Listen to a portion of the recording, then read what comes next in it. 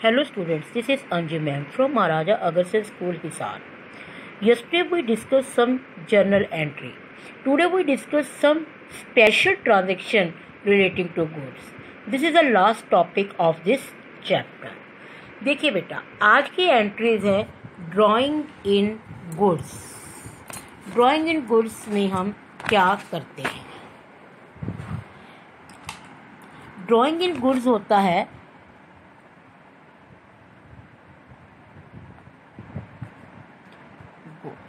अब तक तो हमने केवल ये एंट्री बनाई थी कि ड्राइंग इन कैश, कि आप बिजनेस से कैश विड्रॉ कर रहे थे. तो अगर हम पर्सनल यूज़ के लिए कैश विड्रॉ करते थे तो हम एंट्री बनाते थे drawing account debit to cash account. But today we withdraw the goods from our shop. अगर हम अपने शॉप से जो सामान अपने घर के यूज़ के लिए निकालते हैं तो उसकी एंट्री आप क्या बनाएंगे?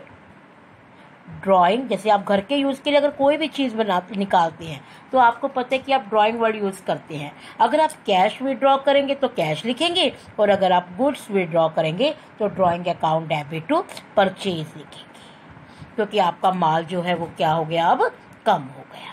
तो drawing account debit to purchase. अगर आ जाए कि आधा तो आपने सामान निकाला है, आधा आपने कैश निकाला है, तो एंट्री क्या बनेगी? Drawing account debit to purchase account और to cash account. Next entry है कि अगर आपने शॉप से गुड्स निकाली है लेकिन घर के लिए नहीं निकाली बल्कि चैरिटी के लिए निकाली है, दान देने के लिए निकाली है.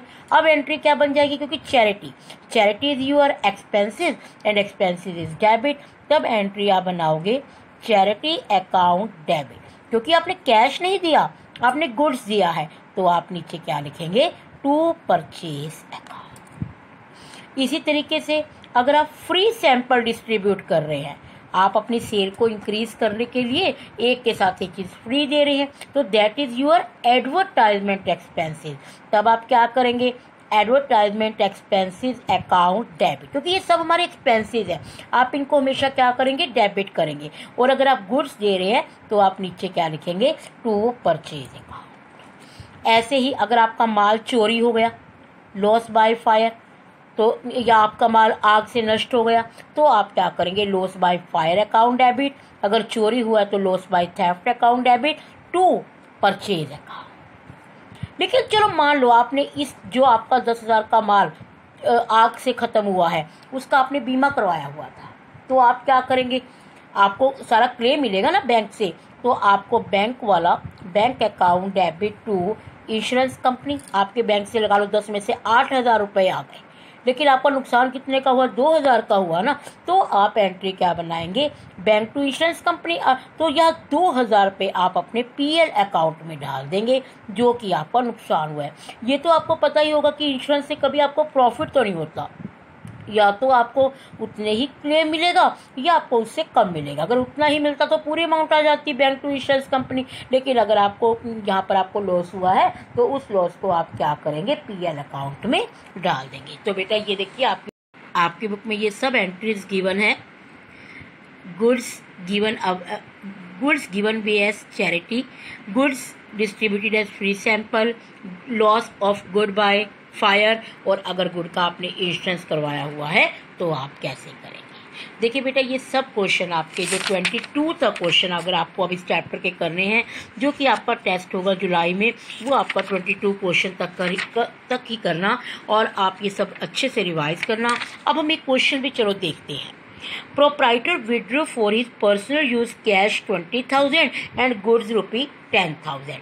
कि एक प्रोप्राइटर ने अपने घर के यूज़ के लिए 20,000 का तो कैश निकाला और 10,000 की गुड्स निकाली. अब आपको पता है कि पर्सनल यूज़ है तो ड्राइंग अकाउंट डेबिट. अगर आपने गुड्स निकाली है तो टू परचेज अकाउंट, और अगर आपने कैश निकाली है तो टू कैश अकाउंट. तो drawing account debit to cash account और to purchase account. Next entry है कि 50,000 का माल आपने चैरिटी में दे दिया, लेकिन आप इस माल को ना मार्केट में 60,000 में बेचते थे, लेकिन आपकी दुकान से तो 50,000 का माल ही कम हुआ है ना. तो आप एंट्री क्या बनाएंगे? Charity account debit to purchase account, और 50,000 का आप एंट्री बना देंगे. Goods worth ₹25,000 were distributed as free sample. अभी मैंने बोला आपको फ्री सैंपल क्या होती है? एडवर्टाइजमेंट एक्सपेंसेस होती है. तो advertisement expenses account debit to purchase account.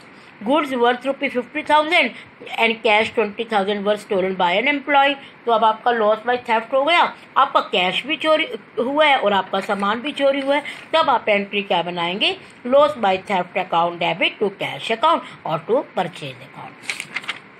और goods worth ₹10,000 were destroyed by fire, पहली एंट्री तो बन जाएगी loss by fire account debit to purchase account.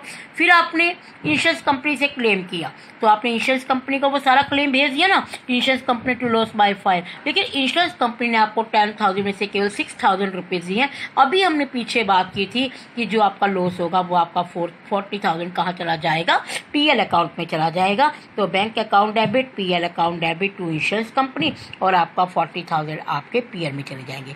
देखिए पहले आपका लॉस बाय फायर की एंट्री बनाई, जो आपका माल आग से खत्म हो गया।